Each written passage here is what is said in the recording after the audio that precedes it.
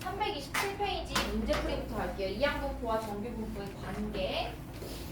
어렵지 않고 다 똑같아. 결국에는 결론은 표준 정규 분포로 바꿔서 모두 다 표준 정규 분포로 바꾼 다음에 표준 정규 분포 표를 이용해서 확률을 구하는 게 그게 그냥 전부야. 이렇게 생각하면 되실 것 같아요. 마플 개념키 1번입니다. 확률변수 x의 확률 질량 함수가 이렇게 생겼대요. 우리가 해야 될 거는 이 함수를 보고 얘가 어떤 이항분포를 따르는지 괄호로 간단하게 나타내 주기만 하면 됩니다. 그럼 얘는 어떤 이항분포로 따르는 거죠? b? 몇 콤마면? 그럼 몇이야? 100콤마인 거 보이나요? 100CR이니까 100이고요. 그럼 p는 뭘까요? np 5분의 1입니다. 100콤마 5분의 1. 얘를 보자마자 우리는 뭘 하고 싶냐면 평균과 분산을 구해놓고 싶어. 그래서 얘는 평균이 뭘까요? 20이고요. 분산은 여기에 다시 5분의 4를 곱해서 4의 제곱 맞나요? 4의 제곱. 그러면은 얘는 n이 충분히 크니까 정규분포로 따르는구나. 그래서 얘는 n 몇 콤마 몇을 따르는 거냐면 평균 20에 분산 4의 제곱 16을 따르는 정규 분포이다 라고 할 수 있을 것 같아요. 근데 얘는 이렇게 바꿔놓으니까 너무 문제가 쉬워졌죠? px가 28보다 크거나 같다를 오른쪽 표준 정규 분포로 구하래요. 그럼 표준화를 시키라는 거죠. 그럼 28은 20으로부터 몇 시그마 커진 거야? 28은 20으로부터 몇 시그마 커진 거예요? 2시그마 커진 거예요. 8이니까요. 4 곱하기 2니까요. 맞아요? 4씩 2번 간 거잖아. 그럼 표에서 2를 찾으면 되는 거야. 그쵸? 2를 찾았더니 걔가 0.477이에요. 물론 10을 통해서 풀어도 됩니다. 자, 0부터 2까지. 근데 이 이상이 여기를 구해야 돼. 근데 표에 나와 있는 거는 얘기했지만 0부터 그 숫자 뭐지 저거? 확률 변수. 저 표준화 시킨 저 값까지의 값이니까 여기가 0.477이에요. 그래서 답은 뭘까요? 어떻게 구해요? 0.5 반절에서 저 숫자를 빼주면 구할 수 있습니다. 0.028이 답이에요. 맞죠? 넘어가요. 계속 똑같아. 이렇게 문장제로 나와 있어도 앞에 방금 했던 것처럼 확률 밀도 함수로 나와 있어도 다 결국엔 확률 질량 함수로 나와 있어도 결국엔 똑같이 다 저렇게 푸는 거예요. 볼까요? 어떤 종류의 범죄는 출소 후 재범 확률이 0.8에 이른대요. 현재 수감 중인 그 종류의 범죄자 400명 중에서 까지 이항분포 몇을 따르나요? B 몇 콤마? 400 콤마 확률 0. 몇이라고? 4? 0.4 0.4 8 0.8입니다. 자 그럼 얘는 어떤 정규분포를 따르는 거야? 여기는 평균 자리 곱하면 몇 명? 몇 명이에요? 50이에요? 50 콤마 분산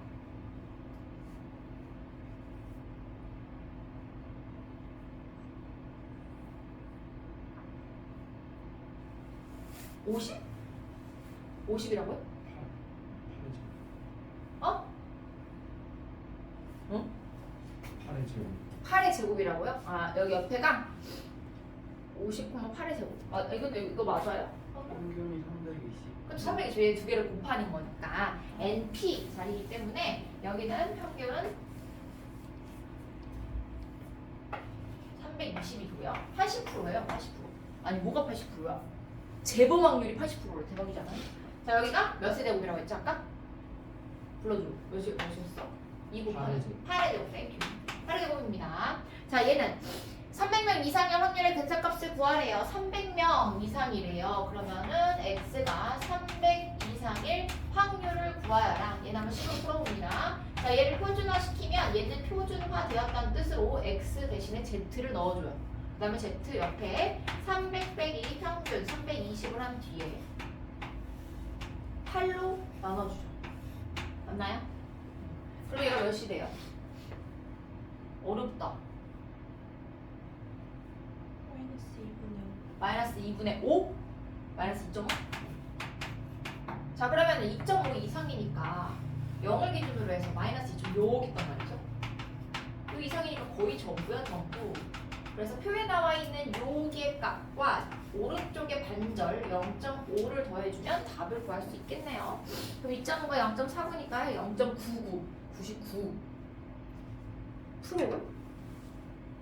99% 300명 이상일 확률을 갖는다라고 해주면 되겠어요. 3번입니다. 어렵지 않죠? 괜찮아요. 720번 던져서 1인윤이 나오는 횟수를 확률면서 x라고 하자. 자, 얘는 마찬가지 x는 따라요. 뭘 따르냐면 이항분포를 따릅니다. 왜냐면 같은 시행을 여러 번 반복하고 있기 때문에 몇 번 반복했냐면 720번. 그러면 1의 눈이 나올 확률은 몇이에요? 각각? 6분의 1이에요. 자, 그러면 얘는 시행일수가 720회로 굉장히 충분히 크니까 얘는 정규분포로 따른다고 할 수 있습니다. x는 정규분포 몇을 따르냐면 np 120, npq 보여줘! 10의 제곱 npq 맞습니다. 이렇게 돼요. 마찬가지 k가 x가 k보다 작거나 같은 확률이 0.0228이래. 그러면은 이렇게 그렸을 때 0.0228이면 엄청 작은 거잖아. 여기잖아. 여기. 그 k가 0보다 왼쪽에 있다는 거 알 수가 있고 한번 그렇게 풀어볼까? 0.028이 나오려면 결국 이 안쪽에 있는 요 부분은 수치가 몇이어야 되는 거예요? 여기 0.4772가 돼야 되잖아. 근데 표준 정규 분포표를 딱 보니까 477이 나오는 게 2거든? 그럼 결국 얘는 마이너스 2가 나와야 되거든? 그 의미는 평균으로부터 왼쪽으로 이 시그마만큼 떨어져 있다는 거야. 맞나요? 그래서 평균으로부터 이 시그마만큼 빼면 답이 뭐겠어? 100. 이렇게도 풀어도 되고 아니면 이 시그마는 2가 돼야 되는 거니까 x 빼기 120 나누기 12이다. 이렇게 해서 이 x 값을 구해줘도 됩니다. 맞죠? 이거나요. 다 똑같아. 분명 먼저. 어떤 해운회사의 통계 자료에 의하면 예약 고객 10명 중 8명의 비율로 얘가 확률이야. 승선할 확률이 어떤 사람 한 명을 딱 잡았을 때 얘가 예약했을 때 얘가 승선할 확률이 10분의 8인 겁니다. 그럼 얘도 이항 정리를 돌릴 때 B 해놓고 여기가 10분의 8 이렇게 해놓고 몇 명이 예약을 했을까?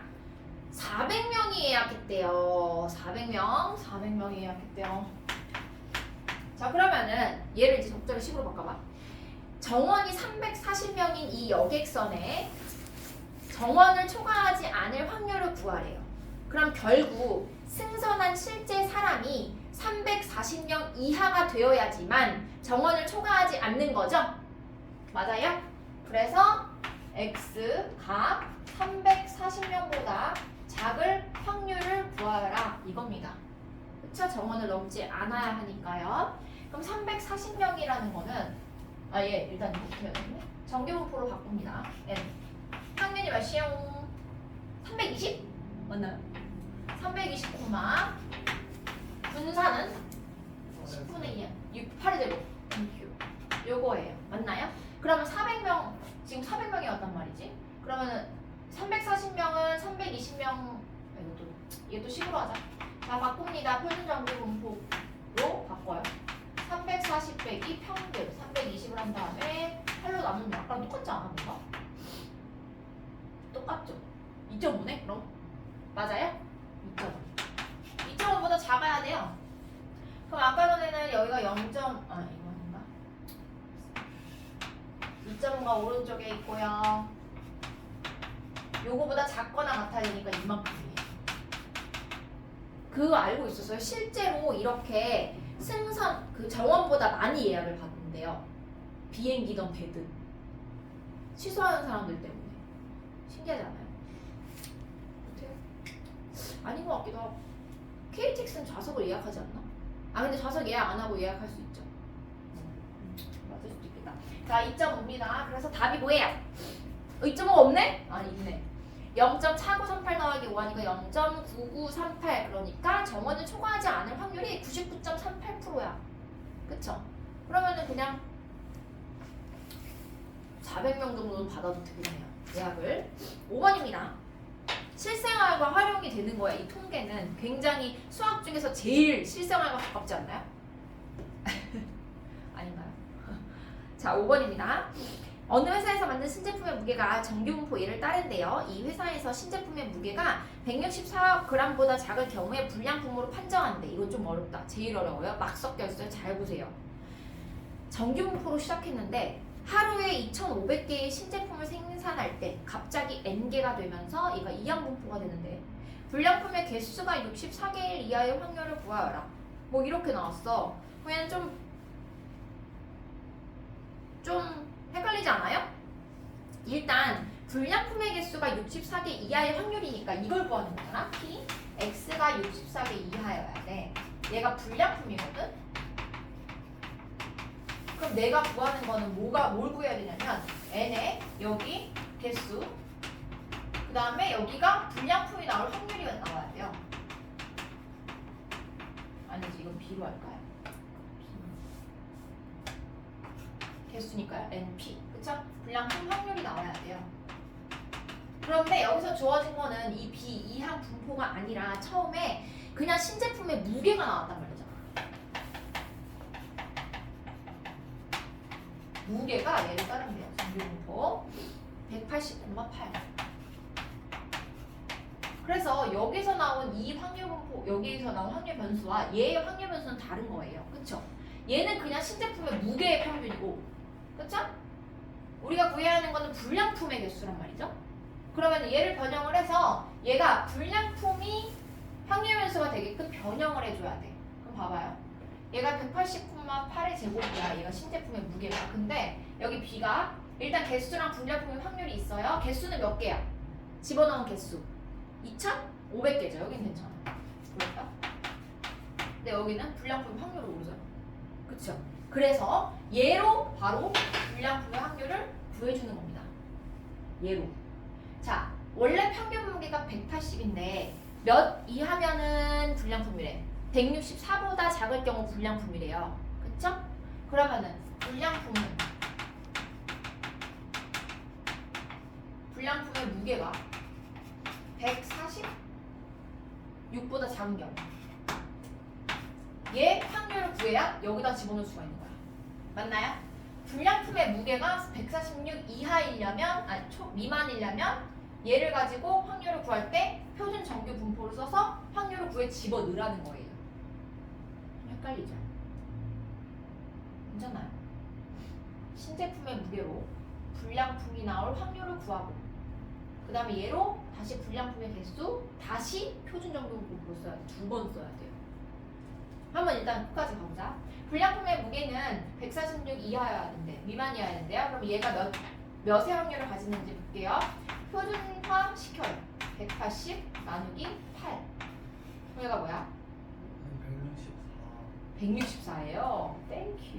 큰일 날 뻔했어요. 164. 어쩐지 계산이 이상해요. 자, 얘 마이너스 2인가요? 그쵸? 마이너스 2가 나와. 아, 그럼 얘는 표준화를 시켰을 때 마이너스 2보다 작은 확률이 불량품이 나올 확률이겠구나. 그래서 마이너스 2를 봤더니 0.48이래요. 자, 지금 이거와 같이 원래 0.48 뭐 어쩌고잖아. 0.48 477이거든 원래 표준 정규 분포표를 쓰면. 근데 문제마다 이렇게 약식으로 쓰게 돼요. 약한. 얘 소수점 2자리죠? 이렇게 쓸 수도 있기 때문에 정확하게 문제에서 나온 그 수치대로 풀어야 됩니다. 그래서 얘가 0.02예요. 맞나요? 그래서 불량품이 나올 확률이 0.02가 되는 거예요. 이게 NP. 이렇게 채우는 겁니다.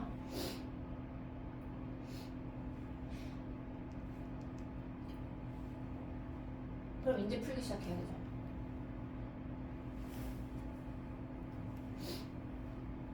여기서 한 번 더 얘를 정규분포로 바꿔요. 그러면은 NP 몇 개지? 50? 맞아요. NPQ 하면 몇 개야? 아, 몇이야? 4? 4? 7의 제곱? 땡큐. 이거예요. 그럼 얘로 불량품이 나올 확률을 구하는 겁니다. 이렇게. 두 개로. 그러면 얘는 50이고 얘는 64니까 평균으로부터 얘는 2시그마만큼 떨어져 있네? 그러면은 결국 여기네요. 그래서 2보다 작은 0.48에다가 0.5를 더해서 0.98 이 끝이 아니라 맞네 끝이네 0.98 문제는 되게 짧아 보이는데 어려운 문제였어요. 정리 좀 하세요. 시간 줄게요. 혹시 괜찮은 사람 밑에 것도 한번 풀어보고.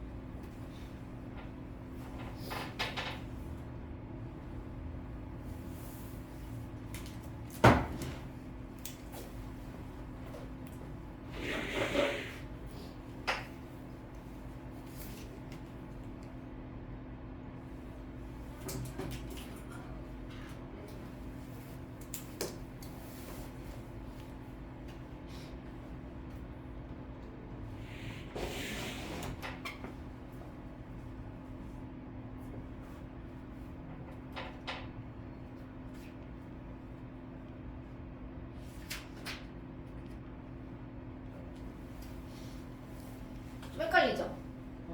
혼자 문제 풀 때 좀 헷갈릴 거예요. 요런 두 번 하는 거. 최고로 어려운 유형이죠.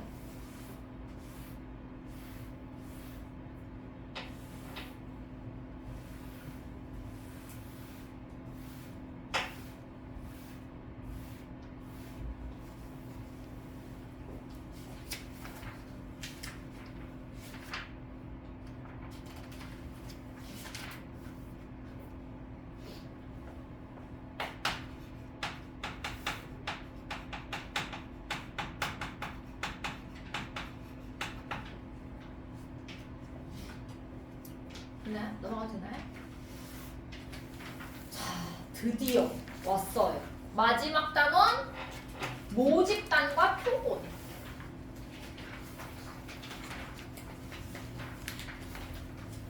자, 얘는 거의 뭐 사회책 수준이야. 자, 보세요. 모집단과 표본 한번 읽어줄 테니까 뭔 말인지 한번 이해를 해보세요. 여러 가지 사회복지정책의 자료를 만들기 위하여 모든 국민을 대상으로 인구조사를 하는 경우가 있다. 이와 같이 조사 대상 전체를 조사하는 것을 전수조사라고 한다. 그러나 조사 대상의 크기가 너무 커서 전수조사를 하기에는 비용과 시간이 많이 소요될 뿐만 아니라 미세먼지 조사, 과일의 당도 검사, 전구의 수명 조사 등과 같이 전수조사 자체가 불가능한 경우도 있다. 이와 같은 경우 조사 대상 전체의 성질을 알기 위해서 전체 대신 그 일부만을 조사하는 것을 표본조사라고 한다. 여기까지 전수조사와 표본조사의 차이예요. 괜찮죠? 괜찮고. 통계조사에서 알고자 하는 조사의 대상 전체를 모집단이라고 해요. 모 한자 보이죠? 엄마란 뜻이에요.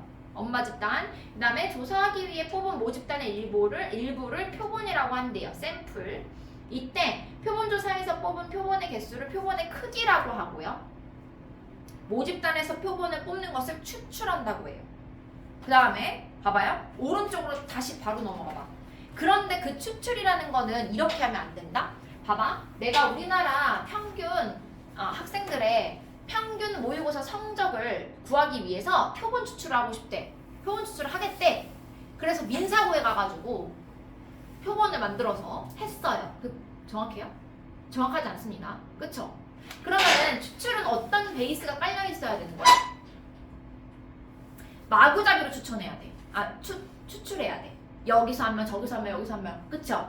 그러니까 예를 들어서 봐봐요.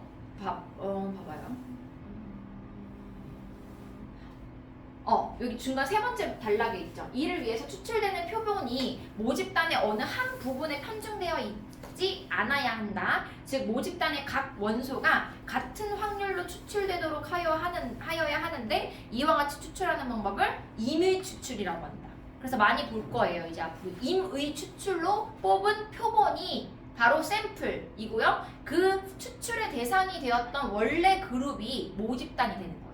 그렇죠? 모집단 그리고 임의 추출로 뽑은 애들이 표본. 이렇게 해서 우리는 마지막 단원에서 여기서는 어떻게 하냐면 이 표본으로 평균과 분산과 표준 편차를 구해서 모집단의 것을 추측해요. 추측. 이게 통계의 핵심입니다. 그렇죠?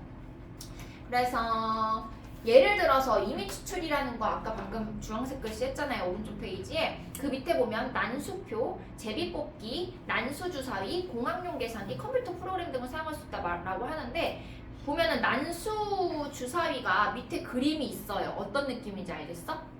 내가 원하는 모집단을요 다 주사위에다가 적어. 번호를 1, 2, 3, 4, 5 이렇게. 그 다음에 그걸 굴려요. 그러면은 그 굴려서 나온 결과로 나오는 숫자가 다 모두가 다 같은 확률을 갖겠죠. 이해가나요? 주사위 6개를 굴렸을 때 1인 운이 나올 확률이 6분의 1인 것처럼 난수 주사위를 쓰면은 결과가 나올 수 있는 확률이 모두 다 같다는 것입니다.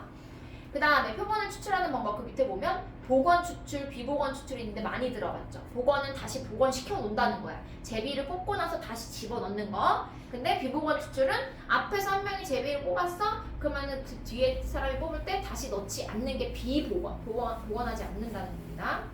근데 맨 밑에 봐봐. 노란색 글씨 보이나요? 임의 추출과 복원 추출을 같게 생각해요. 이게 뭔 말이야? 임의 추출을 하는 거는 그냥 뽑잖아. 그러면은 걔를 다시 집어넣고 뽑는 거야. 복원시켜. 뭔 말인지 알아요? 100명, 1000명이 있어. 1000명 중에 한 명을 뽑았어. 그러면은 그 사람을 다시 넣고 다시 1000명 중에서 한 명을 뽑는 거야. 그래야 확률이 같지 않아요? 두 번째 뽑을 때? 내가 복원 추출, 임의 추출은 뽑힐 확률이 다 똑같다 그랬잖아. 그쵸? 근데 앞서 만약에 한 명이 뽑혔어. 그럼 얘는 99분의 1이 되잖아. 1000명이니까 999분의 1이 되고, 그 다음 사람 뽑을 때는 998분의 1이 되고, 그 다음 사람 997분의 1이 되는 거잖아. 그쵸? 그렇기 때문에 그런 확률이 달라지기 때문에 얘는 임의 추출은 복원 추출을 이라고 생각을 해줘야 돼요. 근데 여기 중요해. 좀 약간 통계는 좀 두리뭉실한 게 있어요. 밑에서부터 세 번째 줄 봐봐요. 오른쪽에 모집단의 크기가 충분히 큰 경우에는 비복원 추출도 복원 추출로 생각한다라고 돼 있어. 뭔 말이야? 그러니까 모집단이 너무 커. 1억이야. 예를 들어서. 뭐 그렇게 크진 않아도 되지만 1억이야. 근데 거기서 한 명을 뽑고 그 다음에 한 명 뽑고 한 명 뽑고 이런 게 사실은 결국에는 거의 1억분의 1의 확률이랑 똑같기 때문에, 그쵸? 똑같기 때문에 사실은 비복원 추출을 했다고 하더라도 통계에서는 복원 추출로 그냥 생각을 한다는 거야. 그러니까 그냥 신경 쓰지 말라고. 앞에서 누가 뽑혔든 간에 그냥 나는 똑같은 확률로 뽑힌다 라고 생각을 하면 되는 겁니다. 약간 좀 헷갈리죠? 그럼 문제를 볼까? 용어가 헷갈려요. 왼쪽으로 와서 342페이지 보기 1번입니다. 전수조사와 표본조사 중에서 어느 것이 적합한지 말하래요. 총인구조사. 총인구니까 당연히 전수조사니까 다 해야 돼요.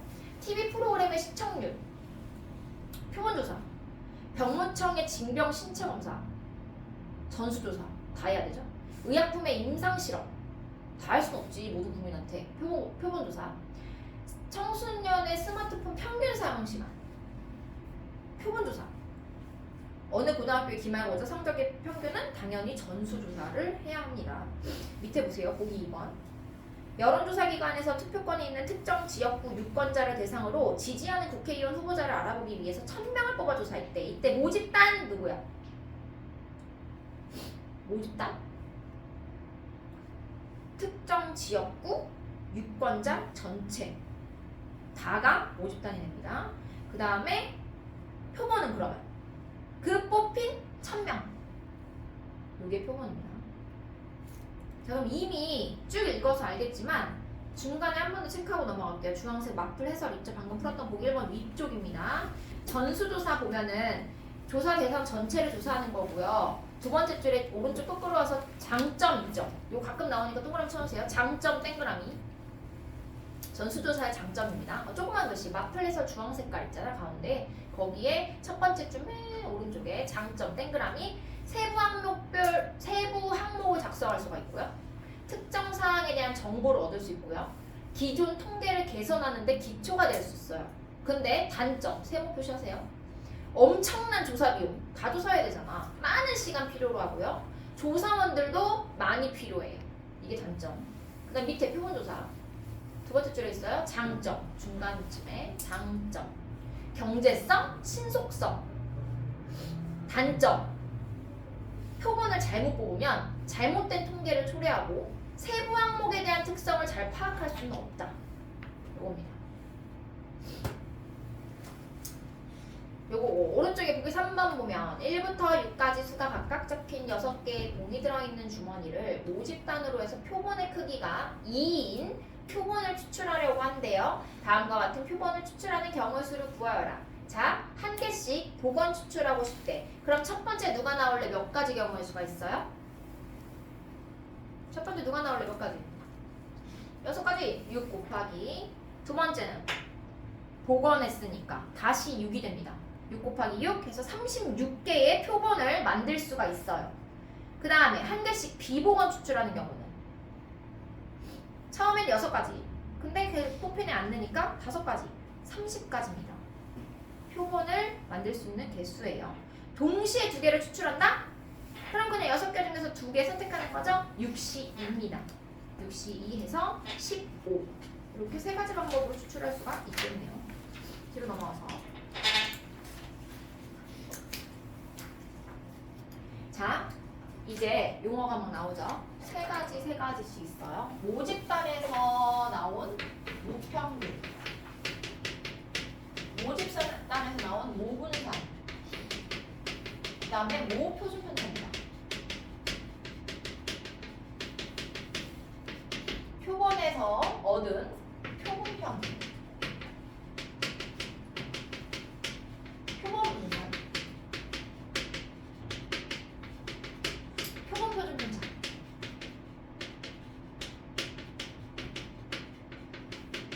이렇게 6개가 나오고요. 각각 기호가 있어요. 자, 일단은 모평균은 M 시그마 제곱 시그마. 우리가 원래 했던 거죠. 모두 다 하는 거. M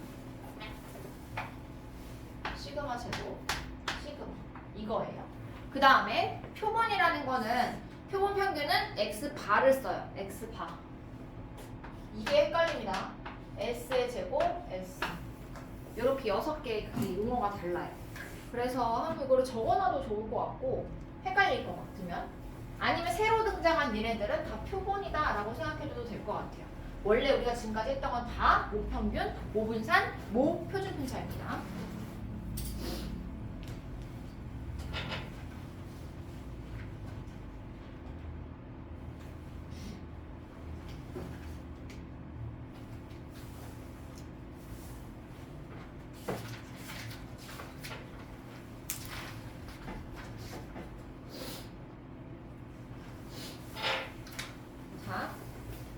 그 다음에 여기서 이제 우리가 이미 모집단에 대한 거는 다 배웠으니까 이제 이번에는 표본에 대한 거랑 좀 얘기를 할 텐데 표본 평균은 우리가 크기가 n이 표본을 추출해요. 그러면은 거기 안에 들어있는 확률 변수가 n일 거 아니야? 그 n개의 그냥 평균과 분산과 표준 편차를 똑같은 방법으로 구하면 돼요. 지금 보니까 회색 박스 쳐놓은 데 보면 표본 평균 보이죠? x1부터 xn까지 모든 변수들을 다 더한 다음에 n개로 나눠요.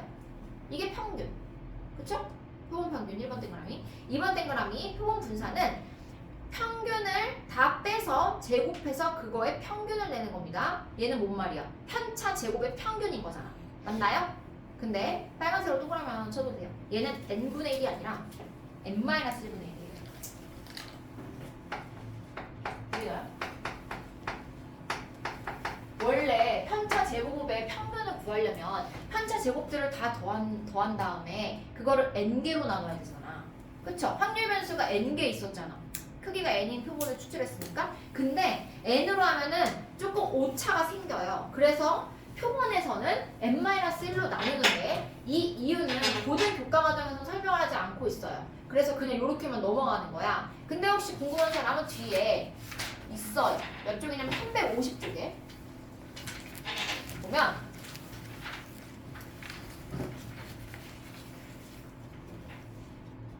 와우! 이렇게 증명합니다. 그래서 모분산을 대신하기에 더 적합한 게 결론은 이거야. n으로 나누는 것보다 n-1로 나누는 게 모분산과 더 가깝더라. 그러니까 우리는 표본 분산을 구할 때는 n으로 나누지 않고 n-1로 나누자. 요거 하나 기억해 주시면 될 것 같아요. 다시 앞으로 와서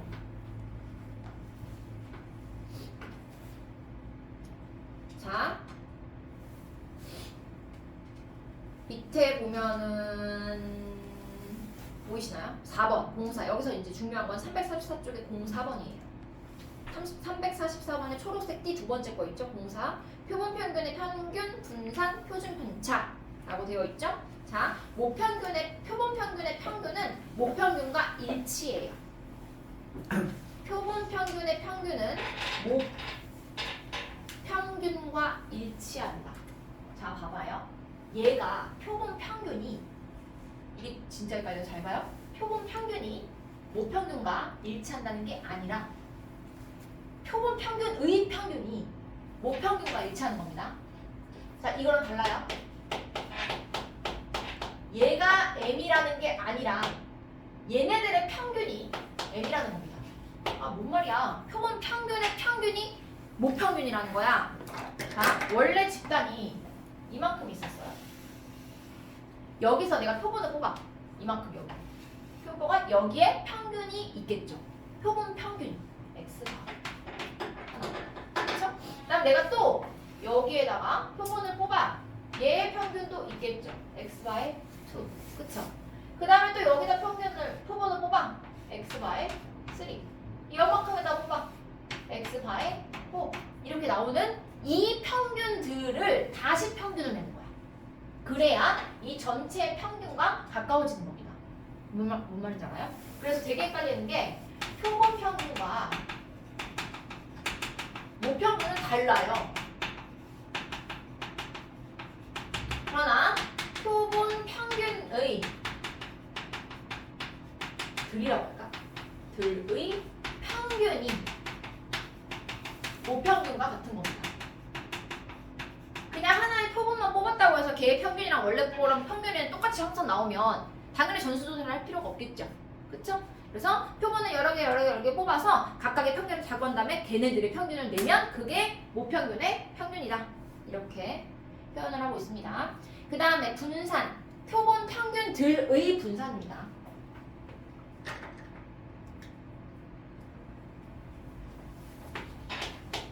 표본 평균들의 분산은요, 루트 n분의 시그마를 제곱하냐 못해요. 굳이 이렇게 쓰는 이유는 표준 편차가 잘 보여요. n분의 시그마 제곱이고 표준 편차는 표본 평균의 표준 편차는 루트 n분의 시그마예요. 요렇게. 그래서 여기서 중요한 건 여기 344쪽에서 중요한 건 딱 두 개일 것 같아요. n만에 나온다는 거 기억하는 거. 그냥 스치듯이. 그 다음에 맨 밑에 밑에 있는 회색 박스에 있는 표본 평균의 평균. 요걸 동그라미 쳐주세요. 표본 평균이 아니라 표본 평균의 평균이 모평균과 일치한다는 거. 이겁니다.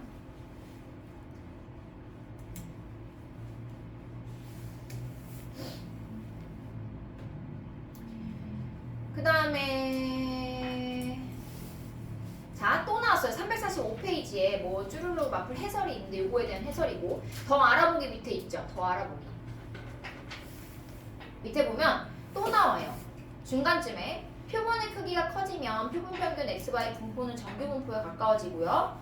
그 바로 밑에 모집단이 충분히 크면 비보건 추출이라고 할지라도 오른쪽의 성질은 성립한다. 그래서 그냥 비보건인지 보건인지 거기에 초점 꽂히지 말고 그냥 하면 됩니다. 보건이라고 생각하고 한번 해볼까? 그럼 문제가 어떻게 나올까? 보기 4번입니다.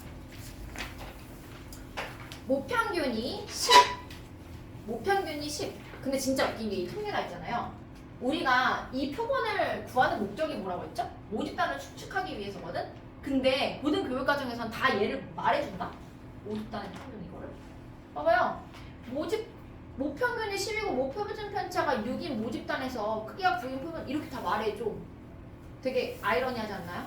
뭐 어쨌든 크게 9인 표본을 이미 추출할 때 표본 평균 x바에 대해서 다음을 구하래요. 첫 번째, 표본 평균들의 평균을 구하래요. 걔는 모평균과 똑같다고 했어요. 그냥 10이에요. 그 다음에 표본 평균의 분산은요. n분의 시그마 제곱이라고 했어요. 그러니까 n, 9, 표본의 크기 n, 9분의 분산, 원래 분산, 모분산 6의 제곱 36이 올라와서 9분의 36, 4입니다. 그럼 3번 제평이잖아. 제평은 분산에 나와 있어요. 그쵸? 분산이 제평 빼기 평제잖아? 여기도 마찬가지입니다. 그래서 제평은 분산 플러스 평제입니다. 그러니까 1번에 있는 평균 10의 제곱에 더하기 2번 답인 4를 더해서 104가 되겠네요. 그 다음에 4번이랑 5번은 너무 쉽죠? 4번 평균 원래 평균에다가 3배하고 2 더하면 돼요. 32. 분산 원래 분산이 4였잖아. 표준 편차는 2란 말이죠. 그럼 2한테 5만 곱해서 10 이렇게 나오면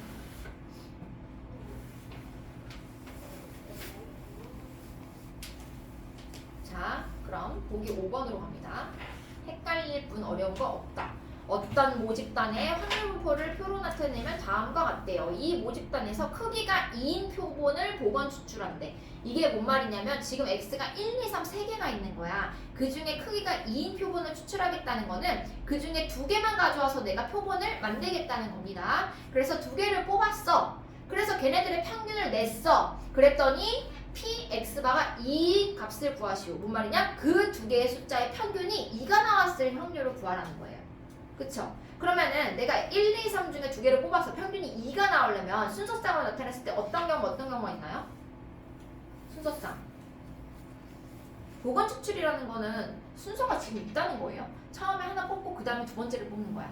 그러면 어떤 경우가 있을까? 평균이 2인 거. 뽑은 2개의 숫자가 평균이 2인 거. 몇 콤마요? 1,3 또는 2,2 또는 3,1 이렇게 세 가지 경우예요. 내가 표본을 뽑았을 때 그 둘의 숫자의 평균이 2인 경우는 이렇게 세 가지밖에 없습니다. 그러면 1번 뽑고 3번 뽑았을 확률 1번 나올 확률이 4분의 1이고 3번 나올 확률이 2분의 1이었어요. 그래서 4분의 1 곱하기 2분의 1 이렇게 됩니다. 그러면 첫 번째도 2가 나오고 두 번째도 2 나온 거 4분의 1 곱하기 4분의 1.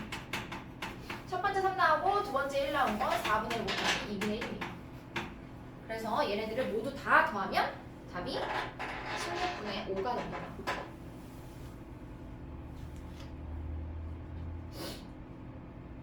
지금 요 표 그린 게 이 표가 모집단인 거죠? 모집단의 확률 분포 표인 겁니다.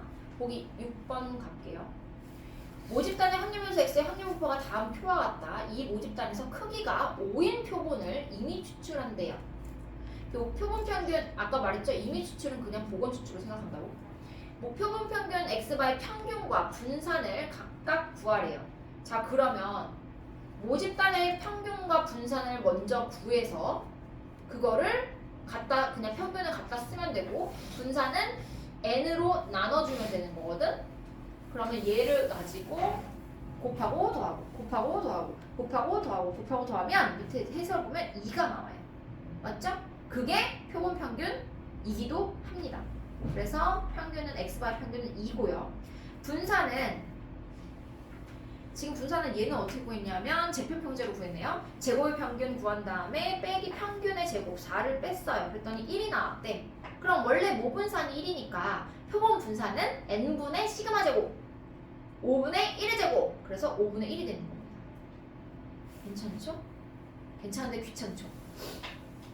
자 보기 7번은 오른쪽 표를 봤을 때 비어있는 A부터 채웁시다. A는 몇이에요? 4분의 2죠. 왜? 다 더해서 1이 나와야 되니까. 이 모집단에서 크기가 4인 표본을 이미 추출할 때요. 표본 평균 x바의 평균 그러니까 즉 모평균을 구하라는 뜻이고 분산, 모분산을 구해서 n의 제곱, n으로 나눠주라는 겁니다. 제곱해서 그러면 답을 구할 수 있고요. 밑에 포커스 보면은 표본 평균의 확률 분포로 구하는 것보다요. 모집단의 확률 변수를 확률 분포 표로부터 구하는 것이 더 편리하다. 통계가 뭔 소용이냐고 갑자기. 그쵸? 웃기는 단원이죠? 쉬었다 할까요? 돌린가요? 좀 쉬었다 할게요.